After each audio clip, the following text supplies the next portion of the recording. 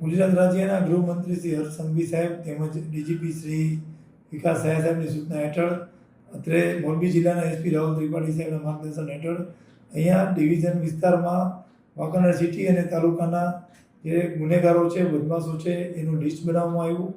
આ તમામના જે પ્રવૃત્તિઓ છે એ વોચ હેઠળ છે.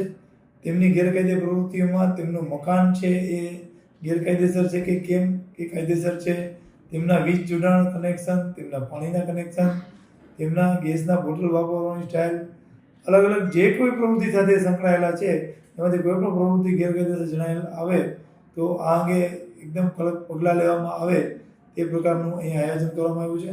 અત્યાર સુધીમાં અહીંયા વાંકાનેર સિટી અને તાલુકા થઈને 20 જેટલા વીજ જોડાણ છે એ કાપવામાં આવ્યા છે અને એમની સજાકીય કાર્યવાહી પણ, દંડની પણ કાર્યવાહી પણ કરવામાં આવી છે.